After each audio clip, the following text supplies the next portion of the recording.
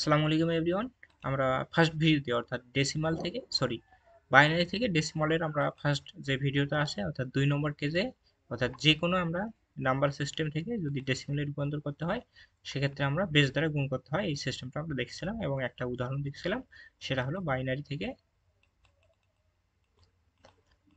থেকে কিভাবে ডেসিমালে রূপান্তর করতে হয় এটা আমরা দেখেছিলাম উদাহরণ একটা, রাইট? আচ্ছা, সরি।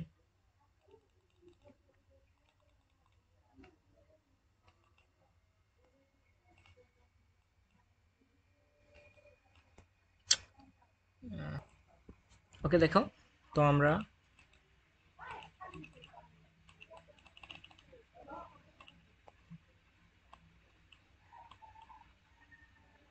সরি তো আমরা ওই ভিডিওতে আমরা পূর্ণ সংখ্যার ক্ষেত্রে দেখছিলাম, রাইট? তো আজকে আমরা ভিডিওতে দেখব অর্থাৎ যদি আমাদের দশমিক সংখ্যা থাকে, হ্যাঁ, তো আমরা একটা সংখ্যা চুজ করি, পূর্ণ সংখ্যা প্লাস দশমিক সংখ্যা, এটার একটা সংখ্যা চুজ করে কিভাবে এটা সমাধান করতে হয় বাইনারি থেকে ডেসিমালে, এটা আমরা দেখব, রাইট?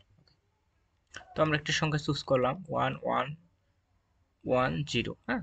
তো ইচ্ছা মতো একটা সংখ্যা চুজ করলাম 111110 পয়েন্ট, আমাদের সংখ্যাটা হলে 101।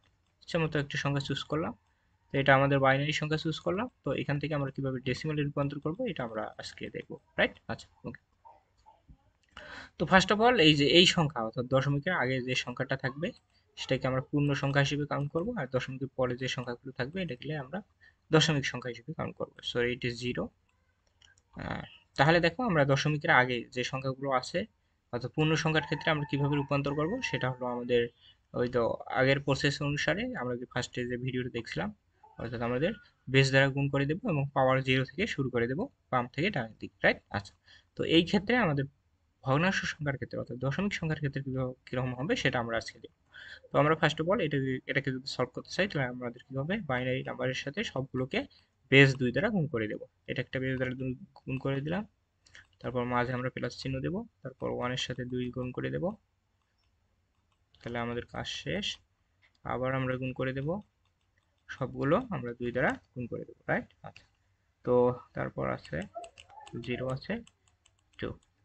তো সবগুলো আমাদের গুণ করা শেষ, এবং যেহেতু আমাদের কি আছে, তো আবার এই সংখ্যাগুলোকে আমরা 2 দ্বারা গুণ করে দেবো, হ্যাঁ। আমরা প্লাস দ্বারা ডিনোট করলাম, প্লাস প্লাস দ্বারা আমরা সংযুক্ত করে দিলাম, তারপর সবগুলোকে আমরা 2 দ্বারা গুণ করে দেই। তো কিন্তু পাওয়ারের ক্ষেত্রে একটু ভিন্নতা আসবে, তো আমরা দেখব সেটা। তো সবগুলোকে আমরা প্রথমে 2 দ্বারা গুণ করে যোগ করে দেব। তো তো সবগুলোকে আমাদের কাজ শেষ, 2 দ্বারা গুণ করা শেষ। এখন আমাদের পাওয়ার অর্থাৎ আমাদের পূর্ণ সংখ্যা অর্থাৎ অর্থাৎ দশমিকের আগের যে সংখ্যাগুলো আছে অর্থাৎ পূর্ণ সংখ্যার ক্ষেত্রে এগুলো পাওয়ারগুলো কোথা থেকে আসে, আমরা এই পর্যন্ত, হ্যাঁ। তো আমি একটু ডিনোট করে দেই, এই পর্যন্ত আমাদের পূর্ণ সংখ্যা, রাইট? আর এই পর্যন্ত আমাদের দশমিক সংখ্যা। তো এই পূর্ণ সংখ্যার ক্ষেত্রে পাওয়ারগুলো আমরা এইখান থেকে 0 থেকে শুরু করব, পাওয়ার এই দিক দিয়ে আমাদের বৃদ্ধি পাবে। আর এই ক্ষেত্রে আমাদের কি হবে, এই ক্ষেত্রে আমাদের হবে মাইনাস পাওয়ার শুরু, হ্যাঁ।